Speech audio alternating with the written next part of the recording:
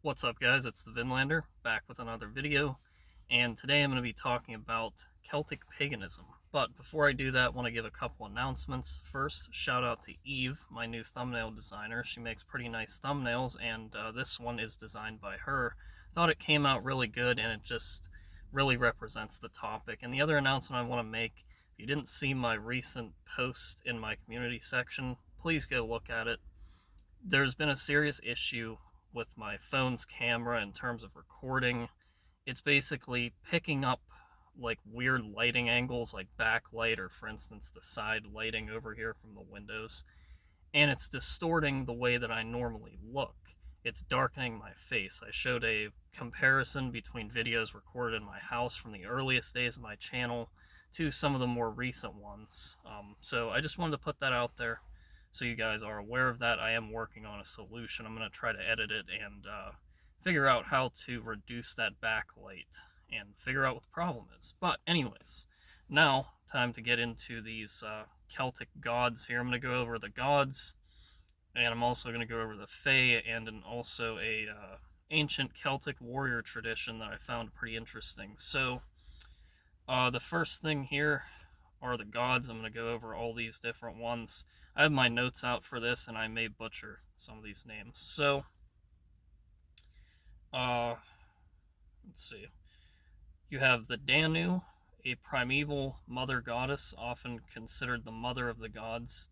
The Dagda is a father god associated with fertility, abundance, and knowledge. So those would be like two of your main ones, or like more powerful ones. But there's also like the All Father, known as the Tuatha De Anon. I'm really gonna butcher that one, but regardless, that one's considered like the All Father. So consider that as what any other All Father god would be in a similar pantheon. There's also Lu, a god associated with many skills, including craftsmanship, warfare, and oaths. Then there's the Morrigan, a triple goddess of war, death, sovereignty, prophecy, often appearing as a raven or crow. So that's a type of god that can basically shapeshift, which is pretty interesting.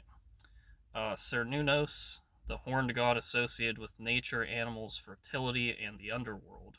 The Cernunnos is often depicted as having like deer or elk horns.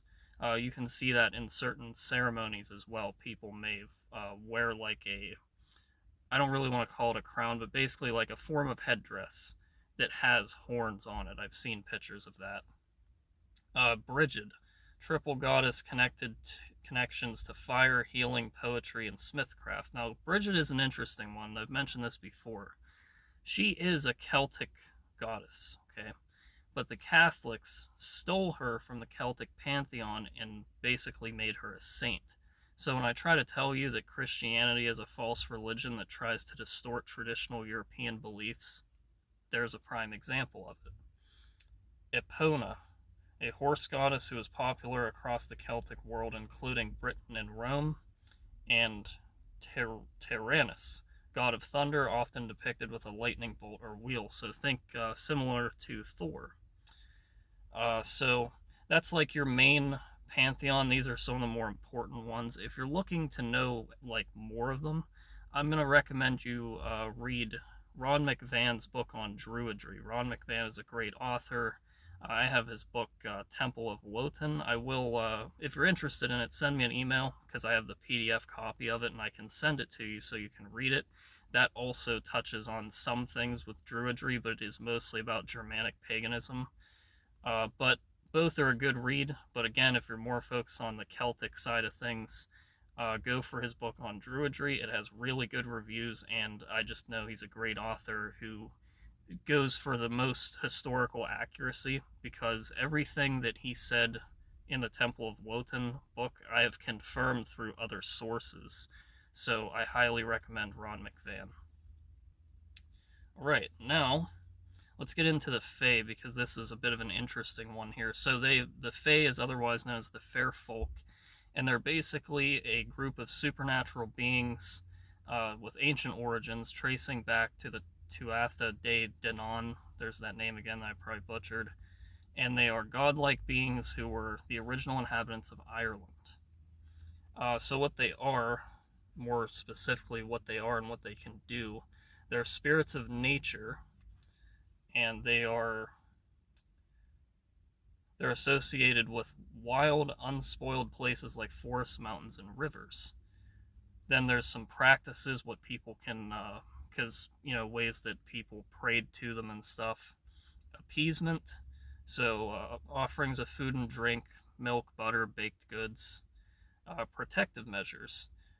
People would often use protective measures like salt, especially during butter churning or on the head of Halloween, which would be Samhain in the Celtic religion. I don't know why it put Halloween in there.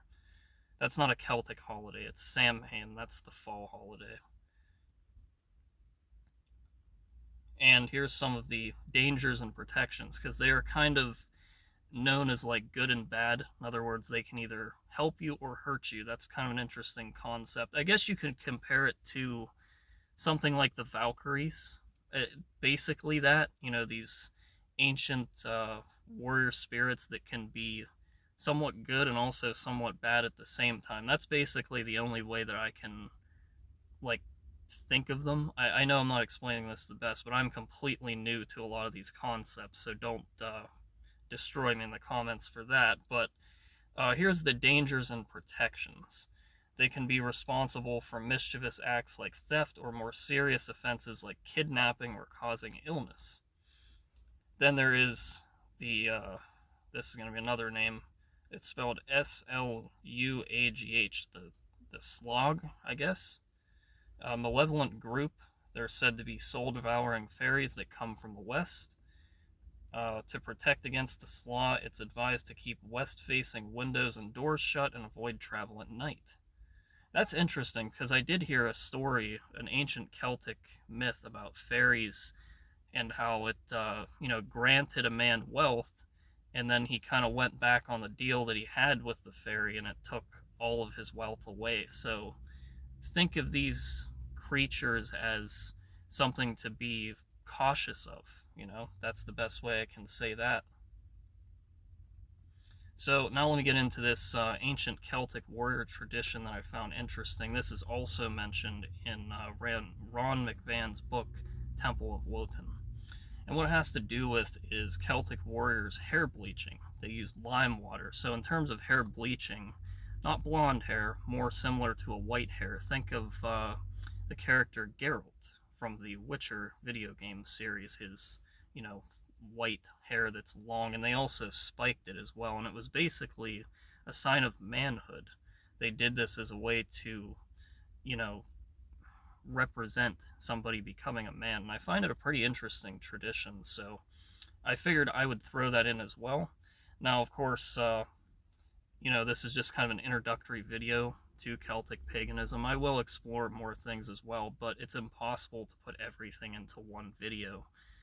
So again, if you're looking for a more in-depth thing, I highly recommend checking out those books that I mentioned. So anyways, I hope you enjoyed, and I will see you in the next one.